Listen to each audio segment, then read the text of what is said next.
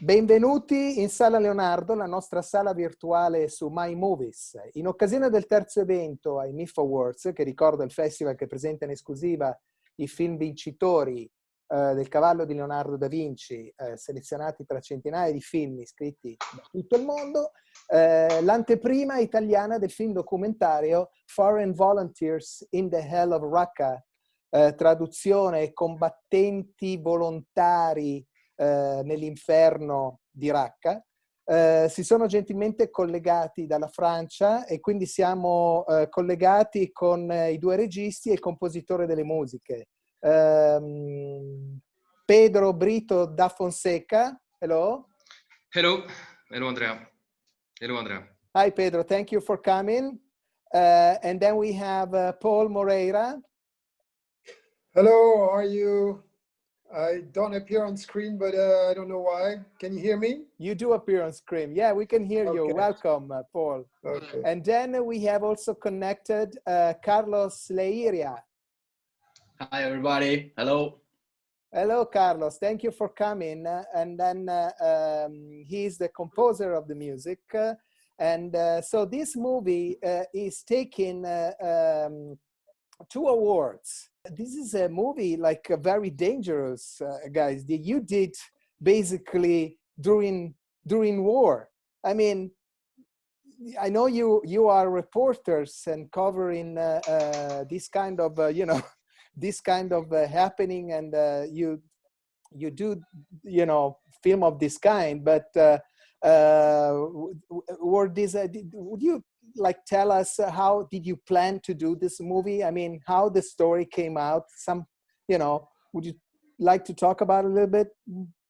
Yeah, but actually we were not planning to do, I mean, our idea was not to do a war movie. Our idea was to do something about engagement. And the idea came because like for me, I mean, for Pedro is different because he met someone on the field once in Sinjar, I think. But for me, it was because of a photo I saw on internet of a group of those volunteers.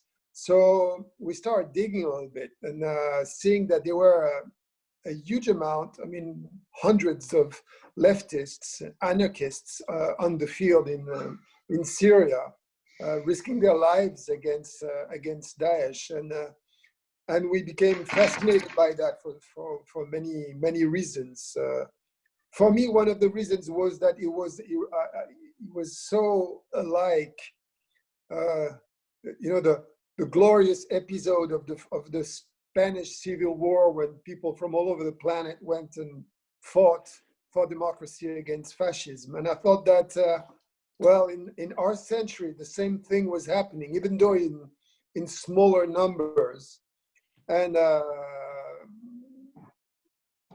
also it was very important that those guys, they were everything really. They were mostly leftist, 90% were leftists, but they were Jewish, they were Christians, they were atheists, they were Muslims, they were universalists. So it was sending a hopeful message in a moment where everybody is shrinking on their identity. And we're like, those guys, they are anti-racist. They fight for not only against terrorism, but also for values. Pedro, and how did you come into the movie, though?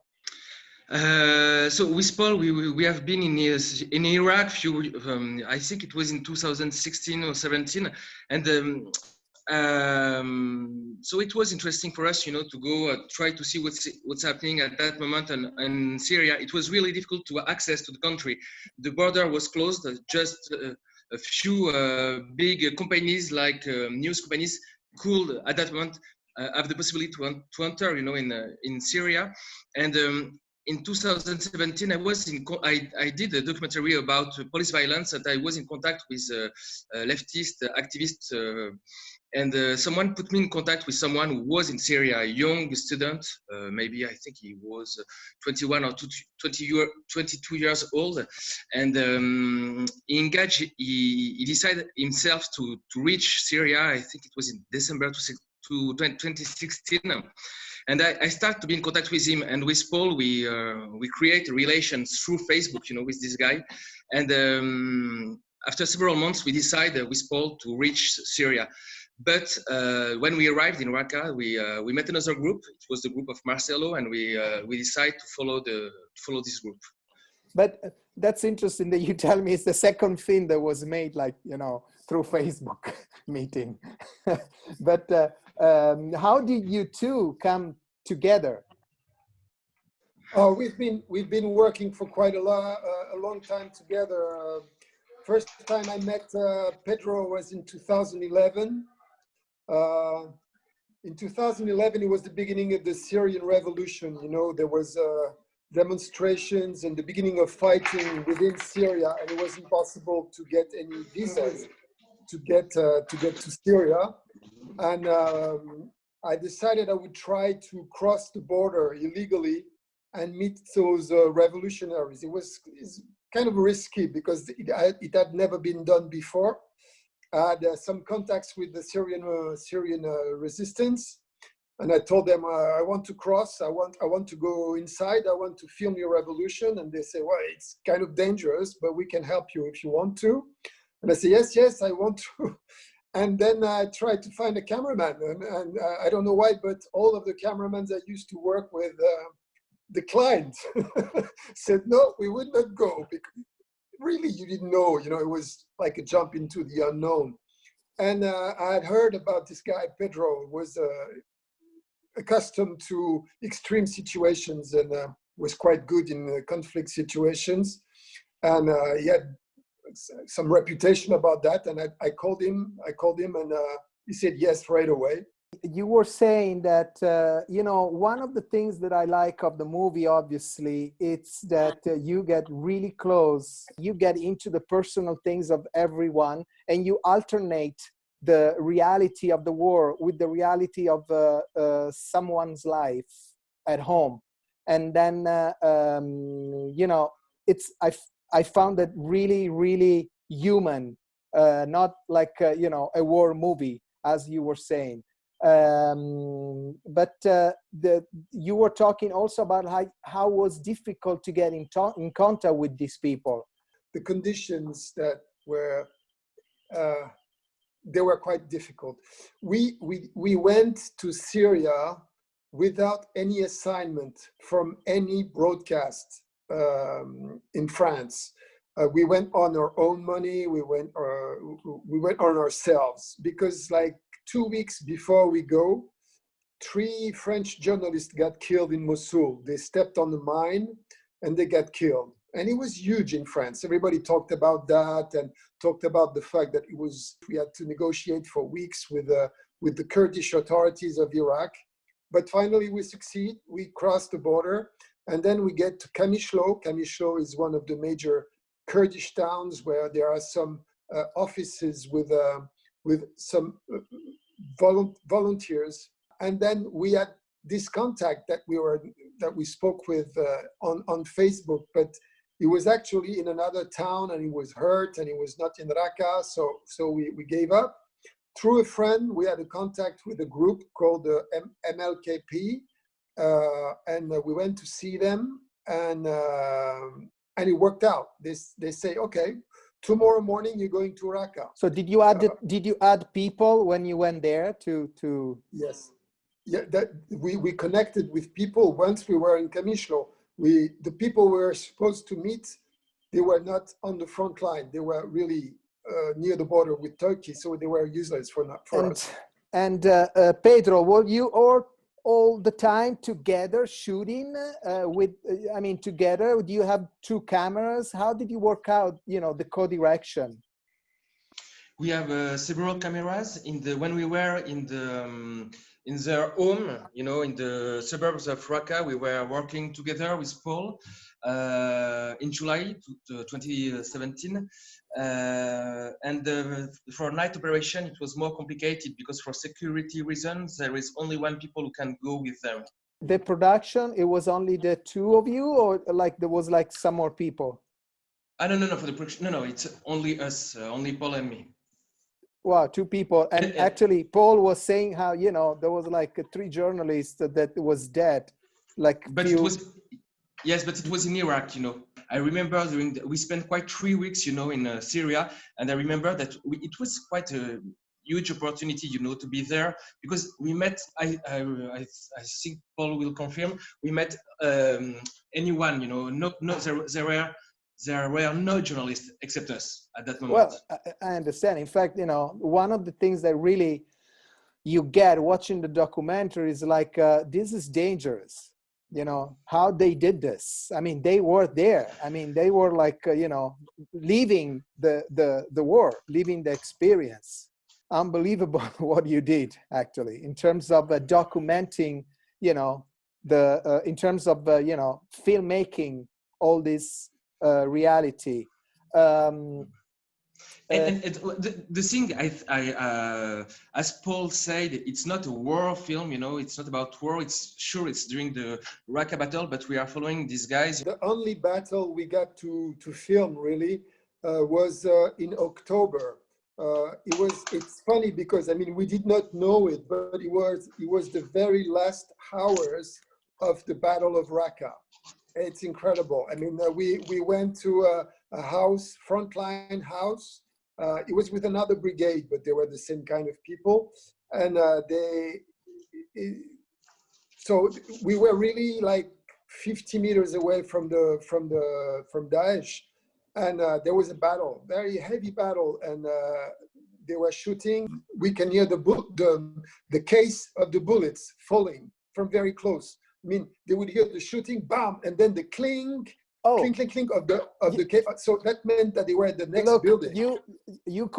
You show it in the documentary very well. But let me ask to Carlos, though, which he did a kind of, you know, a completely different war, because Carlos, you never went there, right? No, no, I never went there. And when I first heard about the movie, it was Paul that told me in some social meeting that we had with several people, and just said, okay, we're into Raqqa, and we filmed this with Pedro. And then what's funny is that Pedro, he showed me some months after the kind of a montage, like an editing that they made for the broadcast, to kind of show them what they had. It was a 15 minutes, a short movie, and it was mostly fighting, combat, like we see in a movie. And after that, he says to me, okay, it's not a war movie. You have this to, is like, you know, I like the beautiful, I love those shots. I love when, you know, you go into Raqqa, or going back and forth with the drone, and you get all this landscape of this ghost town, completely, you know, deserted, like destroyed, and I love that you know, that view. So what do you say? You told them, oh, you know what, you have to go back there and give me some other material. no, but actually is they told me it's going to be a human movie. It's not a war movie. Yeah. And so what I tried to do, even if I wasn't there, was like try to put in the head of the guys that were there. It's like what kind of feeling they are. And Pedro had told me, okay, when these guys they went home, they didn't have shot yet, but they know they would kind of refuse in their own countries, or like marginalized and outcasts. And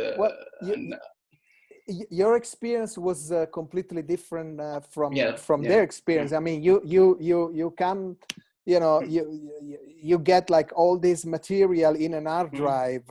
You know, all these images, incredible images, and you start to think about, you know, the music and everything from you know, in front of a computer, you know, completely safe. I wanted to ask you though, did you have drones also? It's one of the most incredible stories. It was impossible to fly drones because the Americans, they were jamming all the airspace. You know what I mean? You could not control your drone. And Pedro succeeded on breaking, on cracking the code. Can you imagine? I mean, he had to connect with a Russian hacker to buy a software and know-how in order to fly the drone in a no-fly zone where all the airwaves were jammed by the U.S. Army. And he was in the middle of Raqqa, and he had to do that. That's crazy. So that's how you did all those beautiful images of the city? Exactly, yes. Okay. Yes, it was. Okay. Carlos, I got the feeling that you wanted to say something else. Yeah, just what I tried to do was just to put in the head of these fighters, you know, like what kind of feeling they had being there, and not like musically, not putting a theme like musically melody, but just kind of ambience. Like, okay, these guys, when they came back home, they are like in a shocked, like numb kind of feeling, because they are refused, because they're not accepted. And, in fact, our award, just because of this, is called Best Music and Sound Design, because sometimes the music is just a sound design. And I found it in this film, particularly the opening. I love the opening, first of all, in the snow, you know, completely contrasting, you know, the desert, you know, a completely another environment. Which it put you right away into the life of these people that, you know, it doesn't really fit into the desert. But that music in the snow with this voice in the background, I think I found that really, really, like, you know, nice, because it really put you, like, you know, in something important, something like you know, you should see it, you should pay attention to this movie because it is important.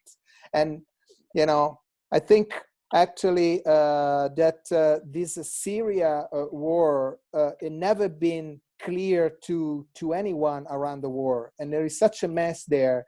And I'm very glad to have your movie in our you know, in our event. And I'm glad, even more glad that, you know, it won some award, so we can show it to a better, you know, audience. And then you know, to kind of spread out the, you know, the what's going on there from actually a combat point of view. Paul and Pedro, would you like to add something for the Italian audience? Yeah, I mean, for the Italian audience, we met a lot of Italians there. There were huge components of the volunteers. The head of the brigade was Italian. I really appreciated listening to Marcello. Karim Franceschi is his Italian name, I think, because you know, he was both. He was Italian and Moroccan from his mother, and he was very blunt about saying that he could have been on the other side, because he was like this migrant working class worker, and he had felt racism, he had felt exclusion, he had felt segregation. And he said that if I had not met some books and belong on the left side, more or less, maybe I would have been manipulated into being on the other side. So he always showed a lot of interestingly enough, a lot of respect for the Daesh kids, because he say, I know why they are there. I know how they're misled, and I know their anger, and I know that it can happen to a lot of people. So he had this very lucid vision that was quite interesting, because speaking to him, you could also understand what was happening on the head of the guys on the other side of the barricade. Okay. Well, you know, I think the time is up. I'm sure that, you know, the audience would appreciate your work and your presence here with us. We will send you the award, which I hope that you're gonna send us picture with the award in your hands. I just say, you know, good job to all of you. Thank you very much. Thank you, Andrea. Thank you all the team. Thank you. Grazie a Carlos, Paul e Pedro di esserci venuti a trovare. Vi ricordo che questo film sarà in programma da mercoledì 16 dicembre fino alla mezzanotte di domenica 20. È un documentario assolutamente da non perdere, e per chi lo deve vedere, buona visione, e per chi invece lo ha già visto, spero di rivedervi al prossimo evento del 23 dicembre, e quindi alla prossima.